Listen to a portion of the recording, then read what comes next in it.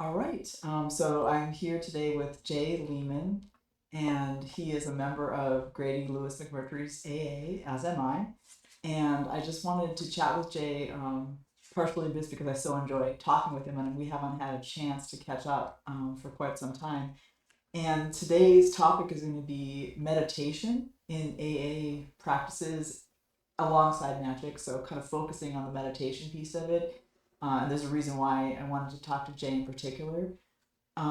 Jay, before I begin talking about the AA a little bit, did you want to add anything? I don't know for your introduction if I left something out you'd like people to know.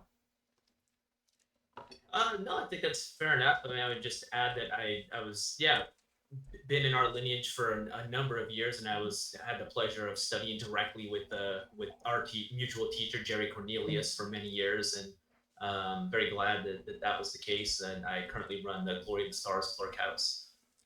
cool. Yeah, you started. Did you start in 2008? Is that I can't. I'm trying to remember when you joined. Yeah, in 2008 would have been, I believe that's when I signed. I certainly would have signed like my probationer document at that time. I might have even signed the Man of Earth document, and I'd have to go back to my files. But then I took initiation in 2011. Went through Pyramid Oaths. Cool. All right, cool. And I just want to tell folks too, like my name is Erica Johnson. So I started later than you, Jay, but a little bit around the same time. Like I think I signed probation in 2009, so we're kind of the same era. And I Mm. have Pure Joy Clerk House. We're not really talking about clerk houses today, but I appreciate you mentioning it. I think we should talk about that at some point, but not today, I guess. Um, I just wanted to kind of give my little like 1 minute take on the A, and then anything you'd love to add to it, please feel free. From my perspective, because people will ask me like, what is the AA? So first of all, it's Aleister Crowley's Inner School, and the purpose of it, in my view, and I definitely would love to hear yours, is to fulfill whatever function we have innately in the cosmos. So like the idea is like I incarnated, this incarnation happened or whatever for it to fulfill a particular purpose, so to channel the universal will in a particular way. That's how I look at it. And then from the methods, we have magic on the one hand, which is basically concentrating the will or creating a body of light to hopefully do the will in the outer, or externally speaking, and then also in terms of yoga or meditation to concentrate the mind and control the mind. So it's kind of like eventually to unite subject and object, inner and outer as one. So that's like my 2 minute or 1 minute take on AA. And I'd love to hear like what would you say to somebody if they ask, well, what is the AA, and what do you guys do basically? Yeah, it's difficult. Well, it's interesting. I like your definition. I'm interested to ask you though. I feel like implicit in that definition seems to be the idea that if we're well, so when I think of AA, I think of verticality. Mm. It's vertical as opposed to like a horizontal mundane fraternity.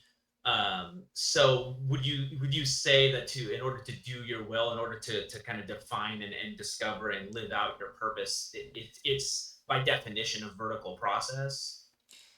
I believe it is, whether implicitly or explicitly. So in other words, I think there are some geniuses out there, musicians, artists, people do live in their will and doing their thing without the aid of an organization like this.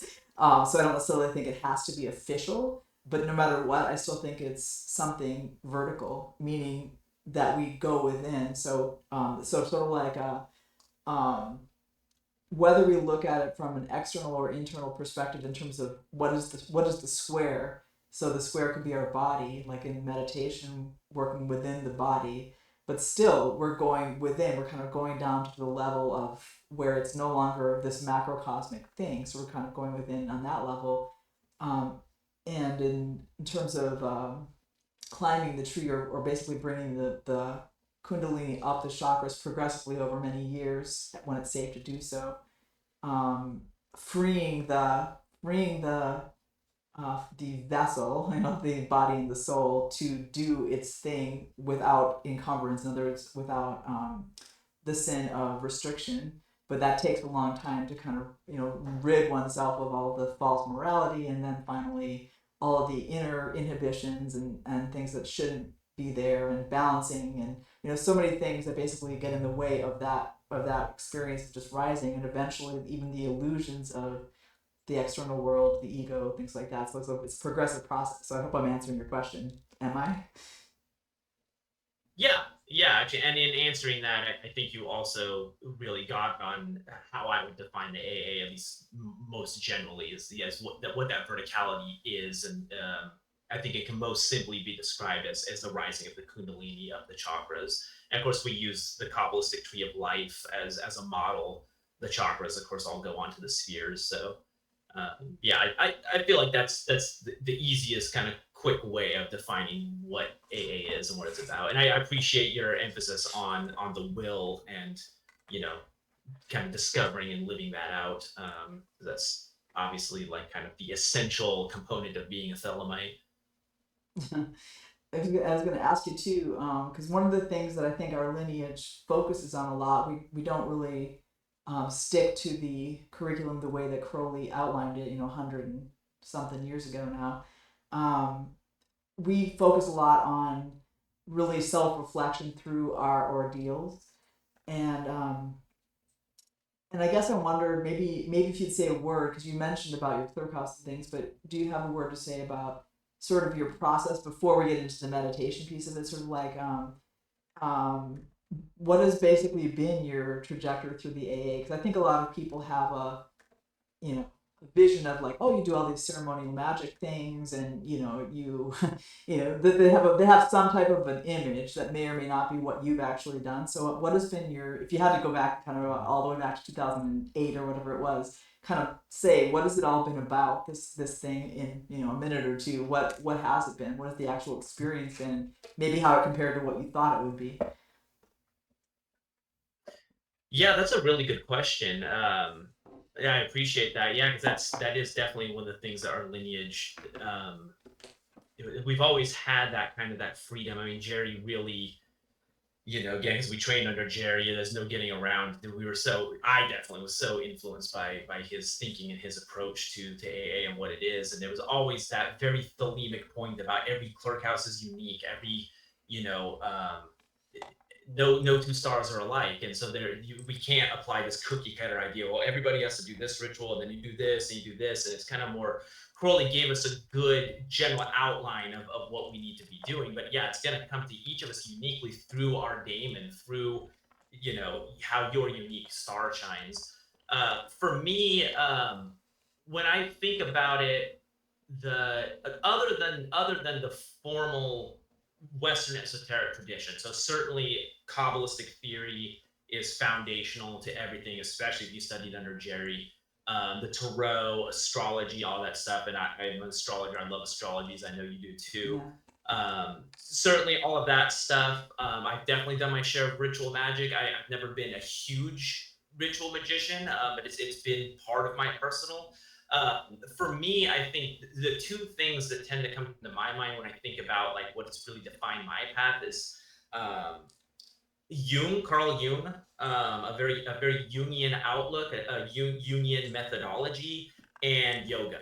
And by yoga, I mean kind of most broadly all of the different methods of uniting our disparate inner components of uniting mind and body, all the different ways we can look at that. There's like kind of the Eastern path generally, and I guess in some ways, has always been a big influence on me.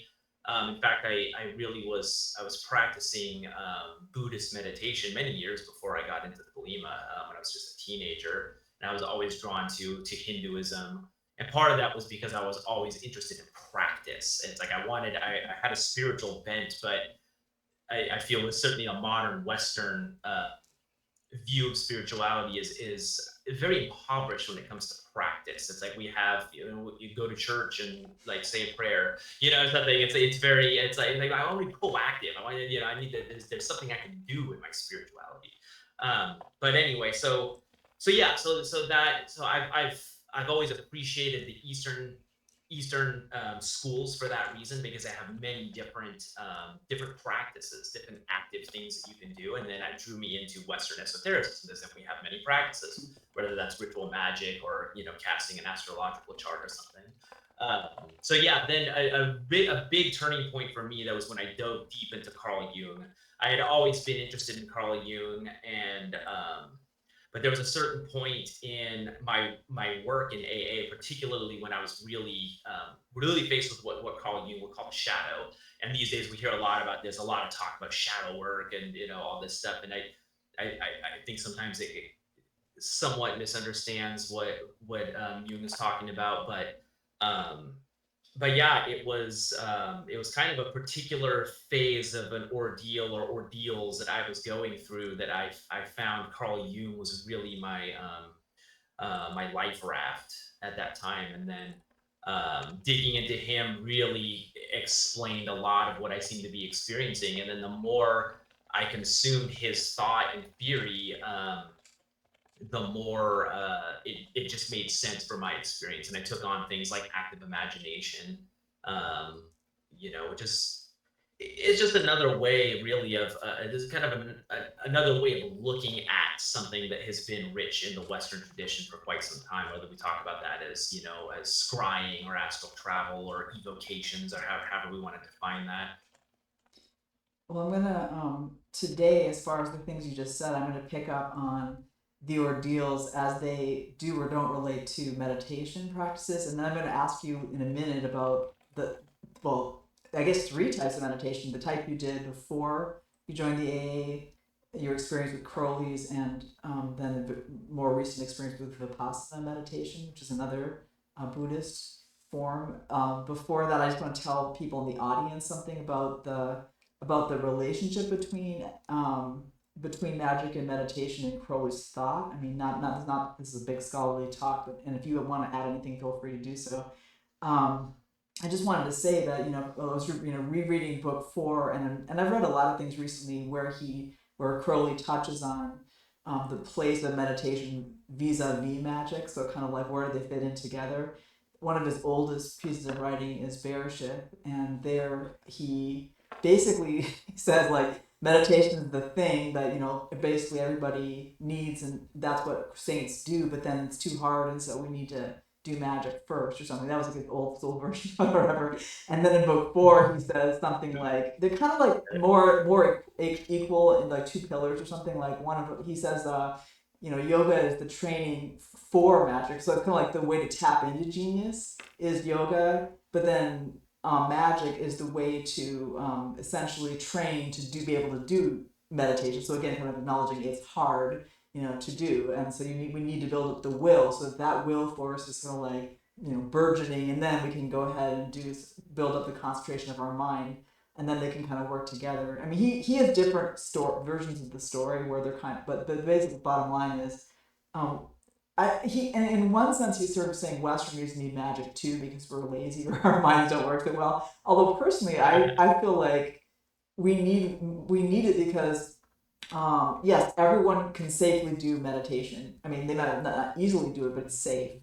It seems to me we're on a different path, maybe a more dangerous, maybe less wise path or something, but something that some of us are just called to basically do something to shoulder some type of a particular function, some type to do something in the universe, be active as well as contemplative. So we need to do the magic to be able to kind of get to that, to actually essentialize ourselves enough, perfect ourselves enough to be able to do whatever the thing is. And even if nobody knows we're doing it, that's not the point. It's not about being famous or big or whatever. It just seems like we have this notion like, oh, I've got this path, and I feel it, and so that's what the magic is there for. And then the mysticism, the yoga part, is there to essentially quiet the mind enough so we don't flip out when we get the ordeals. To be able to kind of be equanimous, be at peace with whatever is happening, including our inevitable death and things like that. So not getting so overwhelmed about like, oh God, I'm so important and I gotta do both. All these things that we can get kind of we can get off balance with. So I don't know. I'll pause there and ask what if any, comments have you got on just the relationship in general between magic and mysticism before we get into your particular meditation paths? Yeah, that's a big one. Yeah, as you're talking about it, I'm having many thoughts come to mind. Yeah, for sure. I appreciate the point about like we need meditation, we need yoga in order to like kind of calm the mind to be able to handle like the storms of the ordeals. I think there's something definitely to that. I mean, the other thought that comes to mind, I'll just touch on it without having to get too crazy in the Kabbalistic theory, but we've talked about how it's like a meditation, especially something like a lot of Buddhist stuff, especially something super stripped down like Zen. It kind of just works very nicely right up the middle pillar, and it doesn't touch the side pillars. But as Westerners, we work off the side pillars, off hot and meat sack, and those are unstable pillars and much more dangerous. And I think that my experience in a union system for sure is that that's kind of when you're going into the inner realms and dealing with the daemons as kind of Jung would refer to them broadly speaking. The inner figures is like these are things that happen on the side pillars. Um, it seems a lot of the traditional Eastern path, the Eastern schools kind of ignore that. Um, Although, I mean, the thing is, then there's also a lot to be said for like like the traditional Kundalini systems that work right up up the, as we would put it, up the tree, working up the chakra system, and you're still activating those side pillars, as it were. Um, yeah, I'm not sure. I'm sorry if I'm not making sense here. Okay, it's just kind of it's such a big topic. I feel like I could kind of ramble around it quite a bit. I don't know if I have too much more to add that's helpful at the moment. Yeah, no problem, no problem. I wanted to ask you then. I wanted to start with. So here's what I'm proposing is I'm going to ask you about your early meditation experience, which I didn't know you had. I didn't even know about that. Then I was going to talk about, and maybe you can tell us what the what the actual practice was. I was going to then tell folks, or you can, either way, Crowley's, really briefly, just to do a brief overview. I'll probably put a slide up so people can see, just basically what it is. But then your experience with that, doing those practices, and then finally give people a very short outline of Vipassana. Where does it come from? What and what is it, practically speaking? And then I wanted to hear about that because I know you've done a couple of 10-day courses, and I don't know, maybe you do home practice and things. I don't know, but anyway, I just wanted to hear about that because spoiler alert, I tried Vipassana recently. I've done a couple courses myself and some other, and then I do it at home. And I've just been so impressed with it. I don't know if you feel the same way, but I've just felt like, wow, I made so much more progress quickly using that method, which essentially is, I think, Buddha's something more akin to Buddha's original teachings. But anyway, I'm getting ahead of myself, but that's kind of where I'm going with it. So maybe would you be willing to share about your early Buddhist meditation before you did AA? Like, what was it? What did you do early on? Sure. Yeah, I was as a teenager. I was drawn to Zen Buddhism in particular, and I still have quite a love of that path. I think um, almost especially since I have been so involved in a Western esoteric school. It's like I feel like I go to the West for all of the theory, and I go to the East for shh. That's what I like about Zen. It's like, well, what about shh? It's like, and not that they do have thought and theory and texts and so on. It's like my interest is the shh part. um, and it's funny because I've thought about it, and I don't even remember exactly when or where or why I got interested in Buddhism and Zen in particular, but at about the age of like 16 at least, it was just kind of there in my life. It was something that I was drawn to, and yeah, and I took up the practice of like I guess now what we would call mindfulness meditation. Basically, just sitting quietly, observing observing your thoughts, kind of with the goal of kind of just quieting things down. I don't know, certainly compared to my practices in the years later and and today, I certainly was not rigorous with it, but it was something that I did practice here and there, and that I saw the value in. I think I had always seen the value in trying to get control of the ego and essentially like trying to see through the ego. I think that's kind of, if nothing else, like, a practice like mindfulness and any meditative practice. I mean, they're really, a lot of people say they're indefinite. Like, you can always go deeper. You can always go deeper with it. There's more and more presence that you can cultivate, and more and different mystical states that you can come to through those practices. But I think at the very least, mindfulness practiced in earnestness should start to teach you to see through the ego. It's like, even if you can't quiet all the mental chatter, when you learn to just watch it and see the monkey mind, as they always call it, just be able to watch. It's like, what does the mind do? That's like, well, let's sit down. What does the mind do? It's like, thoughts happen to you. It's like, if you're really honest and you're really observing it, that's the experience. You realize thoughts just happen to you. The mind does this thing, and so I hopefully we start to see through that. It's like, oh, okay, there's the mind over there doing its chatter thing. That's what it does, and you don't have to be so gripped by it. So, so by the time that you encountered AA, you pretty much were at least were understanding because you had done the work to observe your own mind and see that just the stuff, the chatter happening or whatever. You had done that mindfulness practice. When you became a probationer, did you start right in with meditation? I guess I'm curious when you started trying to follow what Crowley talked about. And I'll maybe I'll just say a word about what I understand that to be. And of course, there's a lot of variation that one can have with it, and feel free to fill in how, because I don't know how you were instructed. I basically learned from a teacher, but also out of a book at the time. So looking at liver E, for example, or something. So basically, for me it was like choose a posture, and for me it was just the seated posture, sitting like in a chair, God posture. And then at first it was just don't move. So the asana, that part of the 8 limbs, was just don't move. And then every time I do move, I would count it as a break. So I would count my breaks and sit there for 20 minutes or 30 minutes or whatever, and just see how many and see if I could reduce it. Eventually, I tried doing pranayama, which is controlled breathing, and I guess you could count breaks differently there. There's a lot you could do even in just asana. You could sit there, and I've also done that with also trying not thinking, and then of course any thought that pops in is a break. So counting either a movement or a thought. So I mean, there's all kinds of ways to do it, but the basic idea is building on it, sort of like building on. So there's asana, pranayama, which is control of breath, and then there's yama and niyama, which at least to Thelemites is just kind of like finding your own law and living it, so that you're basically able to focus on the will and not just get like lost in Melkuvian crises or whatever dramas. And then there's I'm probably going to skip a step here somewhere, but there's pratyahara, which is, as far as I understand it, is just turning inward essentially, and then dharana, which is like trying to focus on some object. And I think importantly in liver E, and I never really did much of this, frankly, but it's there for people to focus on a lot of times imaginary things, like imagine an object, or imagine or a thought or emotion, and kind of fixate on that and try to hold it. I really didn't do much with that, but it's there.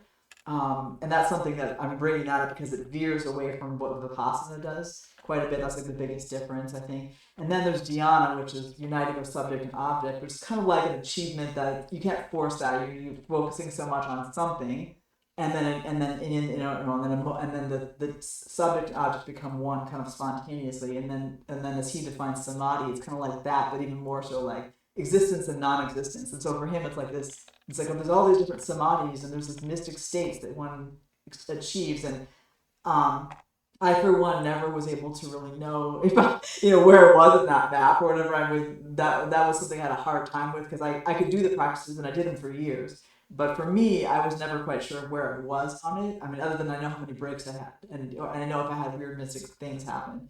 But as far as what happened, I honestly couldn't tell you. But that's one problem I have with Crowley. He just doesn't give me much guidance there. But anyway, that's the Crowley thing. That's my introduction. Feel free to add or subtract from that, and then tell me when you started doing it and what you did and how did that go, and if you maybe still do it. Yeah, I agree. for the time, it was definitely admirable of Crowley to the fact that he did train in the East, and that he's often credited as being one of the first Westerners to talk about these Eastern methods to other Westerners. So I think for the time he was doing a pretty good job, but yeah, it's definitely a far cry from offering the kind of really rigorous training that you need to really do those practices. So in my own experience was pretty touch and go, and it's I was going to say it's in some ways it's an unfortunate fact of my mystical and magical career that I didn't I didn't really come back to meditation with a seriousness for many years. Um, I I definitely could have benefited from it well before then. But I have to take everything to a positive and just see my path. It unfolded the way it was meant to. But so yeah, so I also did a lot of those. I did some of the asanas at times. I did the what was the one you touched on, the dharana? That's the one where you focus on an object. I used to use the golden dawn tatwas. I'm not sure if you're familiar with those different shapes and they're contrasting colors. Yeah. I used to use those, but I never pushed it with the kind of rigor and discipline that you really need to get anywhere, honestly, in those Eastern systems. It has always left me with quite an interest in Raja Yoga, because that's what that is. Those 8 limbs. It's very traditional. It comes from Patanjali. So it's left a very lasting kind of thirst for that school, and part of me has considered trying to seek residency in an ashram or something to go embrace that kind of thing. But yeah, I think this is somewhere where we still have a lot of room to grow, actually, as as Westerners in general. I personally think a lot of the new Aeon is kind of a story about East and West coming together, and learning the best of both worlds from each other. Because yeah, I mean, even under Jerry, honestly, a lot of times Jerry would say like, "Oh, you need the 8 limbs of yoga," and that was kind of the extent of it. And then he talked about it in he correlates them all nicely in his tarot work and so on. So it's there in his work, but it's like that Eastern training. It's like you need the training. I don't think there's you can read about it and you can kind of take it on your own, and it's possible to have success that way, but you still kind of really need some more rigorous guidance, I think, a lot of the time. I should touch on pranayama. The pranayama is something that I have done pretty consistently throughout my mystical and magical career. I mean, to varying degrees, and sometimes it falls off, but I've always been drawn to pranayama. I love it. What does it do for you, just so I can understand? Um, it, if nothing else, it just instills a great awareness of the breath. There's really something to be said for just breathing correctly. I love the feel of it. I love the movement of the energy in my body. I love that process of kind of like controlling the full expansion and contraction of the lungs. Um, in theory, it helps kind of balance your emotional states. I think that has been the case for me. I mean, I know I seem to have a better control of my energies in general when I'm on my pranayama practices. Well, thanks, because I think it's I think it's go ahead. I'm sorry. I think it's great for a male practicing sex magic, for example, which is obviously a whole huge topic that we're not getting into here. But yeah, there's just such a vitality in it that I enjoy. Appreciate that, because I have done a little bit, like a smattering of it, and I really haven't done much. By contrast, I did, like, I would say, for at least a decade, if not longer, daily asana, and and control of thought and stuff like that. So I mean, I really gave it a go, and I have to agree with you at the end of the day that, like, whereas I think that practice is necessary, training would have been nice, and that's kind of maybe why, once I did encounter Vipassana through, I should say, by the way, through Dhamma.org, Dhamma.org, because there's other people out there using that term, but essentially, Goenka, this guy, was sort of like tapped by his teacher to bring this tradition that had been in Burma, I guess, for a long time, basically had been preserved from India for a couple centuries or however long it was, or I mean, millennia, excuse me, to that was the original practices or techniques of Buddha. And then, of course, I'm sure, packaging them in a new way because it's not just for monks, it's for regular people, householders as they call them. So I mean, I'm sure there's a little bit of refinement or change in that sense of making it something accessible for people. But in any case, they give these 10-day courses. So Christopher Johnson, the guy that succeeded Jerry, is now working with running this order. He's the one that introduced me to it. And I the first time I did a 10-day immersion course, I was like, holy mackerel, this is like so much more. I've gotten so much more out of this 10 days than like my 10 years the other way, which is really unfortunate. I'm not sorry because it's great to have discipline and all that good stuff, but I mean, at the same point, like I was like, wow. So I wanted to talk about, because I was so impressed, and I've been doing it ever since then. I wanted to talk about what it is real briefly. Again, just give people a taste of it. If you see me missing something, please help me. And as well, just sort of talk about also how it dovetails with ordeals, because I sort of noticed in ways I never had when trying to follow what Crowley said in a book somewhere, or my teacher even telling me about it. So let me just say what it is. So first of all, even though it's another 8-limbed yoga, it's easier to talk about it the 3 parts. So Shila, which is morality, which is supposed to be part of all. That's where the Nama or Yama and Niyama comes in the other side. So Shila, which that's the one part I think Thelemites might have a little more problems with because it's very traditional. It's like, oh, these are just universal things like don't kill, don't steal. Obviously there's something about Thelema that sort of put that on a shelf and says like you have to figure out your own law. You might end up believing these things, but so you have to kind of like deal with that if you go to a 10-day course and go, okay, well, I'll do their thing for 10 days, but however you want to work with that. But anyway, Shila, morality. And then there's samadhi. So instead of samadhi being presented as this, oh my God, pinnacle, mystical experience, it's just basically concentration, but it's very specifically concentrating on the sensations of the body, like so basic, and also I'll get into that in a minute. But and then there's panya, which is wisdom, which is basically the experiential observation of the ever changing states, like the coming into being and passing away of sensation. So it's very much based on basically you start at the top of your head.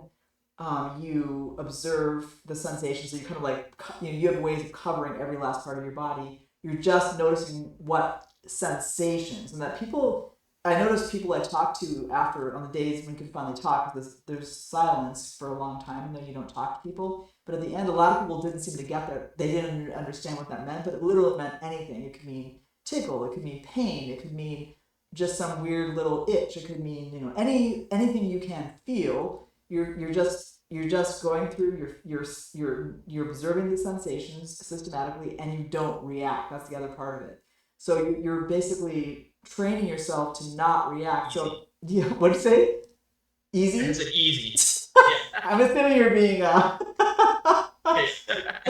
facetious, because I mean, like some of the things that I went through. One little caveat, that equanimity part. Yeah, so it's like attention. Okay, sure, and equanimity. Equanimity. That's the other two. Yeah, the other piece of it. And I mean, my God, Yeah. it was like going through that and like meditating for 9-10 hours a day.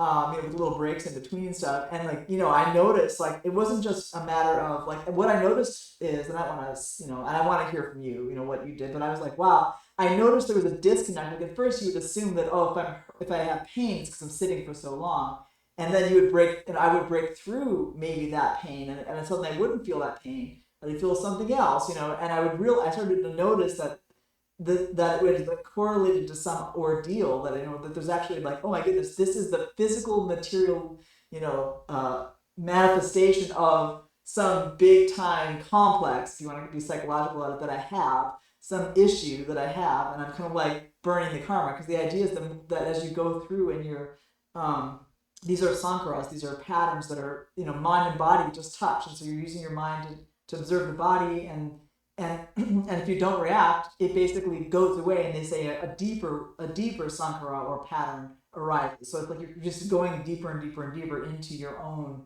um, I guess, crap, or how you want to put it, and liberating yourself progressively by doing this exercise. And I mean, it's just profound. Like, yeah, I've been through hell through some of those sessions, and it was really going through some really deep, hard stuff, like really hard stuff. And yeah, especially, yeah. So I'll just leave it at that. But I hope I haven't forgotten to say something, but the idea there is liberating yourself from these reactions. But the idea is it's nothing imaginary, it's just sensation. And so it's kind of like, and you sort of, seeing where mind becomes body and body becomes mind by uniting them by focusing your attention to the extent you can.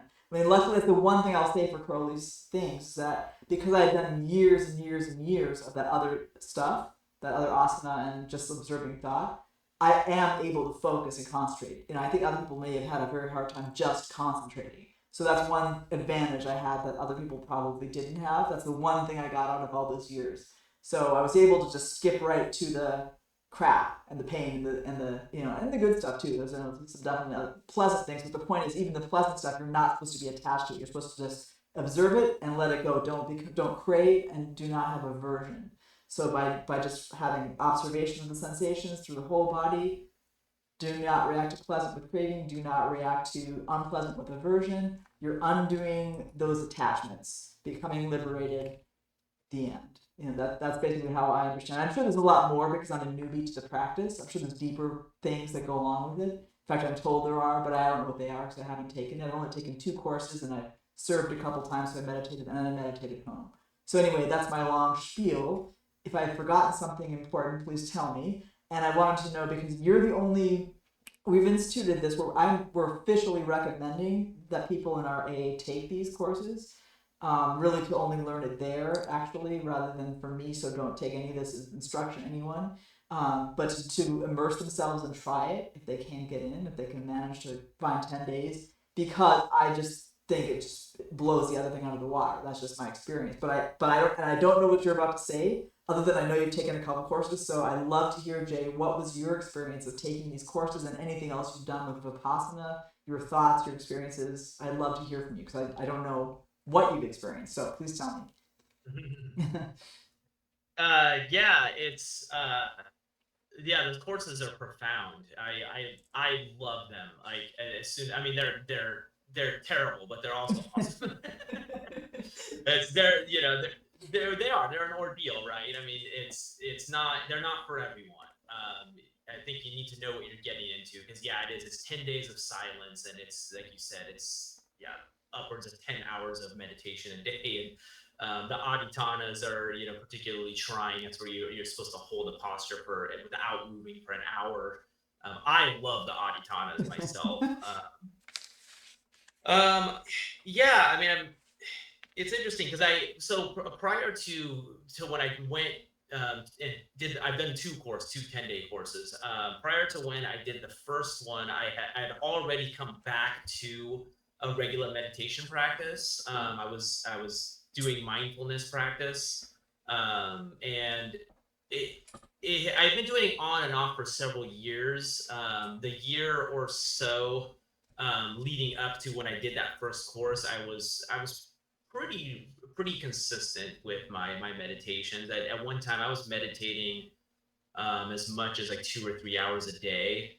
Um, so I think it was definitely a huge help. Kind of like you said, you're glad that you had all the prior experience with the system that Crowley recommends. Yeah, I can't imagine just jumping straight into into one of those 10-day courses with no meditation practice whatsoever under your belt. There was one guy in the first one that I went to that's what he did, and he seemed to fare well in it, so Yeah. it can be done. But I already, it definitely helped that I already had because I can see also, just as you're doing all that intensive body scanning, if the mind just wanders off, you're not even doing the meditation. You need to at least be able to hold the mind somewhere. Um, yeah, I mean, I definitely had some, especially the first one. I had some interesting. I had some interesting kind of mystical experiences during it. It's hard to like. I guess that this is why I sort of started with the caveat that I had already been doing some kind of meditation practice for quite a while before, because it's hard. It's hard. I feel like it's hard for me to separate out what was maybe a benefit from the Vipassana specifically versus meditation in general. What I can say about the benefits of Vipassana in particular is it just the awareness of feeling, and I've always found it interesting that we have two meanings. We talk about feeling, we talk about how you physically feel and how you feel emotionally. It's the same thing. Mm-hmm. It's like that's part of the genius of the practice, and also just recognizing that all of our experiences, everything that we experience whatsoever, whether it's something that we think of as external, an external happening, something in our thought process, whatever it is, something that happens to us physically, that whatever it is, all comes down to that. What are you feeling? What's the sensation? Yeah. What are the sensations manifesting in your body? And so by stripping the meditation down to focusing just on that, you get to like the core of everything. And that's what's so brilliant about it. So I can say I'm someone who already tries to work with a lot of body awareness. I think in a way that was also an advantage because I have that kinesthetic sense already that I was able to work with. But it's still really catapulted that awareness just into a whole other level. And in fact, I had a really interesting experience after my first 10-day course. It was literally when I was driving home from the course, and the first one I did was about a good 6.5 hours drive from where I'm currently living. And I think it was literally, I've been on the road, I think like about an hour, maybe 2 hours or something like that. And in traffic, I encountered someone. I can't remember what exactly. I'm pretty sure he just like cut me off, just came in my lane with like no signal, no. I had to hit the brakes so as not to like get clipped by him, he's just generally driving like an asshole. And I just felt like this flush of like heat and just energy move up, and I think it was mostly through my chest. And then I had to stop and recognize, oh, that's anger.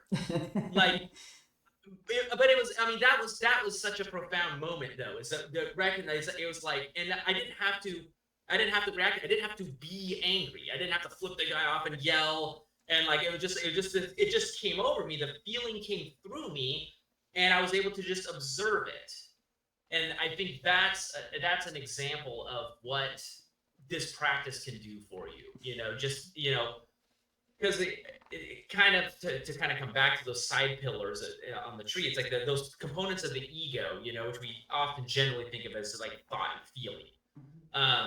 Thought, on the one hand, you can think your way through thoughts. You can think your way out of thoughts. The mind is a whore, right?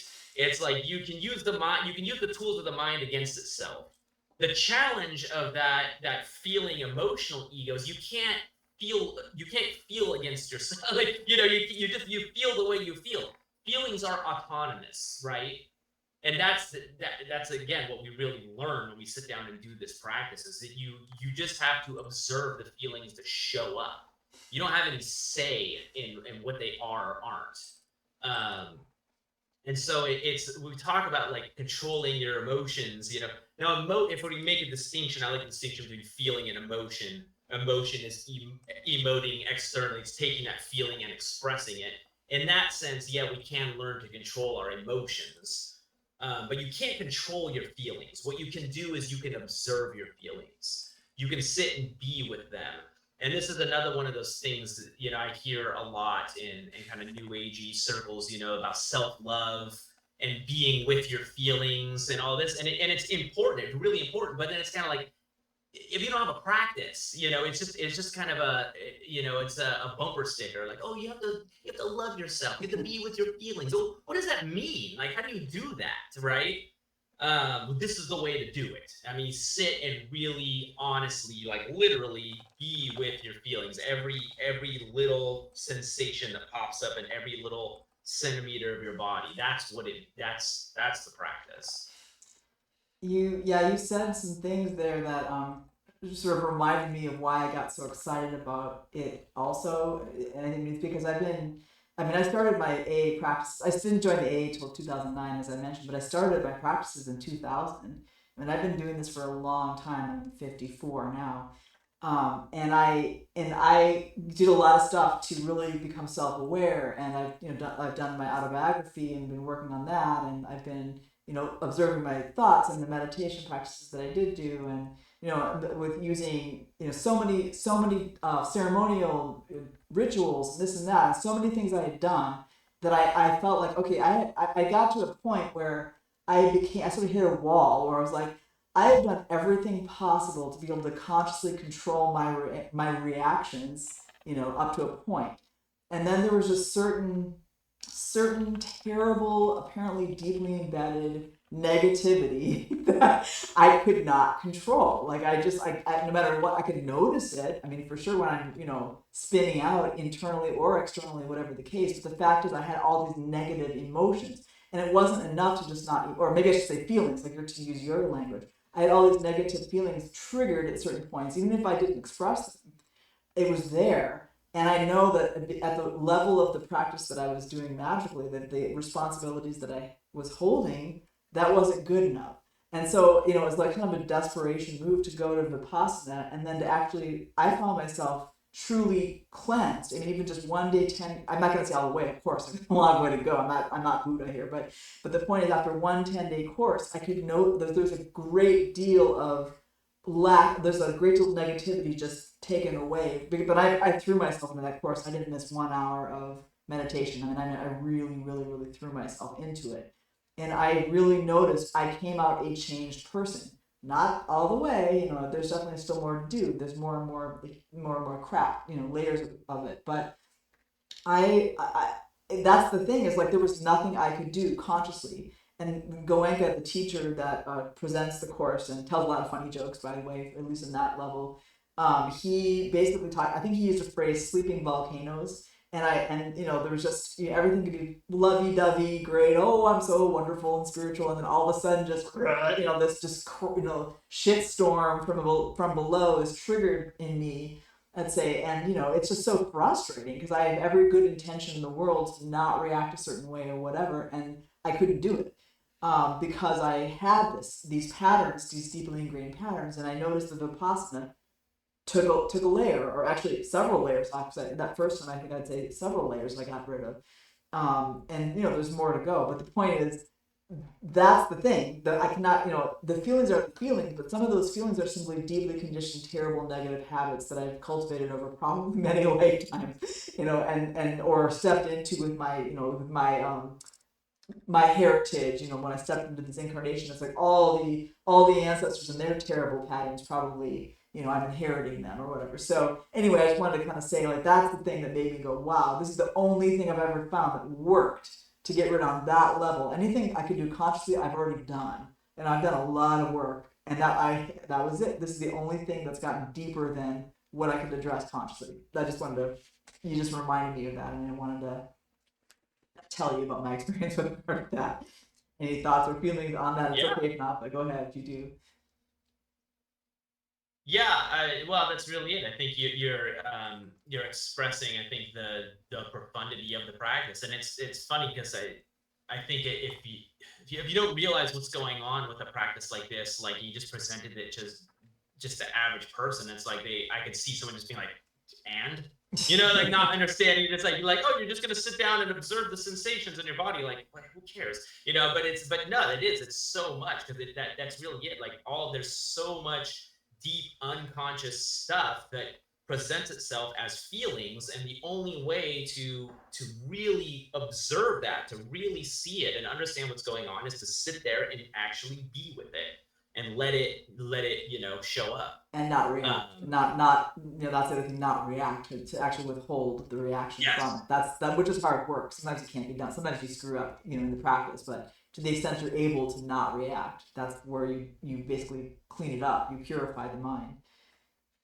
Yeah, yeah, and actually, we should talk about that, because the equanimity is like it's actually the critical ingredient. It's I remember one of the lectures. I think it's like one of the last lectures. Goenka says he's like, don't play games of sensation, and like what he means is don't do, because you could actually do this practice so wrong that it can make things worse. Yeah. If you go into the practice, because you probably will have very pleasant experiences as Mm. well as difficult and Yeah. uncomfortable ones. Like some, I certainly did. I had some amazing Yeah, me experiences. too. In my Yeah, and so we have to watch out for the danger of going into practice with like, okay, I got to go through and I got to suffer through some things, and then something really pleasant will happen, or it's like I'm looking for this euphoria, I'm looking for this, amazing, you can't do it like that because you're still stuck in the attachments and aversions. As they say, you're creating more sankharas. It's like the allowing the feelings to arise and be there and do what they're going to do and move and change, because that's the other, it's the classic Buddhist principle of changefulness. Anicca, that's one of the things he says all the anicca, anicca, Yeah. like the changefulness. And that's the other thing you'll learn firsthand, like viscerally learn by just watching. You'll do one pass to the body and you'll be like, oh, and you'll notice like some soreness in the shoulder or something. You might sit with that and kind of let that be, and you move and go through. And then the next time you pass through it, you don't. It's that same tension's not there anymore. It's like you'd see. It's always in flux. It's always in flux. So let it sit with it. Let it go through its motions. And what they say is that's resolving the sankharas. The sankharas are kind of those. It's where you have the karma of an attachment or an aversion. And that's another aspect of the practice that it is definitely beneficial for me just in day-to-day life. It's made it much easier for me to observe my own aversions, just the tendency when unpleasant feelings show up, just that knee-jerk reaction to want to like not be with it or distract from it or somehow start reasoning your way through how you're going to eventually get out of it. It's like I catch myself with that, like, oh no, okay, be with it. And it's like it's amazing that simple act of allowing it to be, of sitting and being, recognizing that it's there, recognizing that you're having a reaction to it, and then letting go of that reaction to it. That simple act almost always immediately alleviates it. It may not alleviate 100%, but it'll at least reduce it a little bit. Then you realize, oh wait, it's not that big a deal. It's like the pains and discomforts you're magnifying by fighting it. And I think, I mean, when you talked about the pleasure and the people, the danger of seeking pleasure or, experiences during your meditation and the euphoria and stuff, I think for a magician in particular, a Western magician, for whom not only do we tend to go through some very severe ordeals in our lives because we're basically purposely, essentially, in a sense, I mean, this is maybe too strong of a word, but Chris and I talk about this. It's almost like we're inducing psychosis, but in a controlled fashion. So we tend to go into this deep, ocean of material wherein the sea monsters are there. All the things that could consume us and actually drive us mad if we don't do this very, very, very well. So on the one hand, the very deep negative things, but also some very euphoric and amazing experiences that, I don't know about you, but I've seen a lot of people go nuts in that direction, where it's like their ego just inflates and they, suddenly they're the incarnation of, whatever, whoever, Anubis or whatever it may be, and they're just stuck in some weird paradigm because they're so attached to that, like, oh my god, I'm so important and I'm just the god, and and this and that, and it's like the idea is to dissolve the ego. That's what this practice does. It essentially, over time, it dissolves it, meaning we still live our lives, we still have these experiences, we still have, we're like an organ of God. We have a certain function, we do certain things, we don't do others, and certain things are happening through us. But at the same time, if we get confused and think it's, oh, this is me, one way or another, then that's where things go tragically wrong. So, talking about the two side pillars, we do spend some time on those side pillars, and we do some dangerous things. And the reason we're able to do them to the extent that we are is that we have dissolved our ego enough to let it be transparent. Like when you began, you talked about seeing through the ego, and I think that's a beautiful saying, because that's like, okay, it's like an organ of sight or something. It's like we have a viewpoint. It's like a porthole or an eye, if you will. We see through it. But if we start to think it's us, then things get messed up. You know what I mean? Or if we stop, if we keep thinking it's us, because we usually start out thinking it's us, in the West. And then trying to realize, progressively realizing there is no I ultimately, but we see through it, and we do whatever we do, through that experience, if we can let go and just let it happen, no matter what the difficult, painful things are, or the really euphoric, amazing things. Neither one is important in itself. It's just part of that ebb and flow. So I mean, I don't know. I just wanted to dovetail on some of the cool things you said because I think we particularly need Vipassana. I just that is just my conviction after all this. And if somebody else knows a technique equal, I want to hear about it, and I'm interested. You know what I mean? But as far as I know, this has been amazing. I'm amazed by this. Yeah, I completely agree with everything you just said. Yeah, that it's. I was actually just recently hearing that idea of carefully induced psychosis. I think Rudolf Steiner said the same Did thing he? about I didn't know. the Western esoteric path. Yeah, and some of the unions were particularly concerned about his methods of active imagination for that reason. They talked about the latent psychosis that can come up, and I think it is all valid concerns. Yeah, yeah, and this is again this is why we kind of need the East and the West together. At least certainly those of us doing kind of a Western path. That is why we need the Eastern practices. Um, yeah, I think that other techniques of meditation, again, mindfulness is something I find really useful.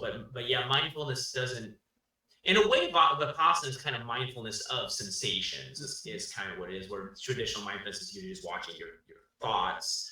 Um, Both are definitely going to help a lot, though, in mitigating that tendency to self-aggrandizement. Um, because yeah, I think we've seen it in our time, the meltdowns of students that didn't make it, and it's almost always this ego run rampant thing.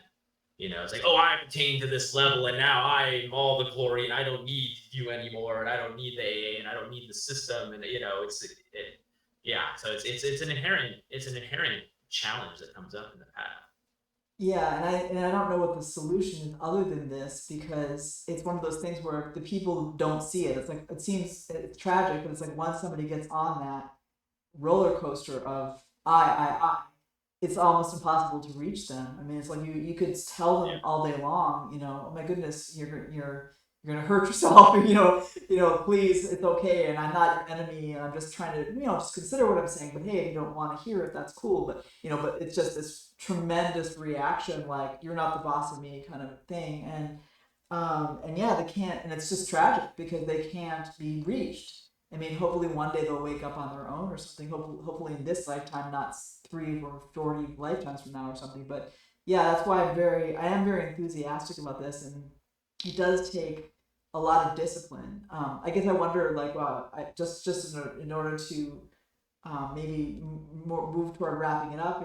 What are your final thoughts, or in terms of your own students, would you recommend it, or whatever? That's kind of a narrow question. Any final thoughts or feelings that you have on these topics that you haven't shared? Yeah, I would highly recommend it. I think anybody who's seriously on the path, and the path in the broadest sense, I would highly recommend doing at least one of the 10-day courses. Yeah, it has become a regular part of my practice. I tend to do a combination of Vipassana and mindfulness. These days, usually leaning more towards Vipassana. Oh, cool. Yeah, cool. I'm really happy to talk with you, and I'm super happy that you gave it a try because I feel like anybody who did would be excited about it.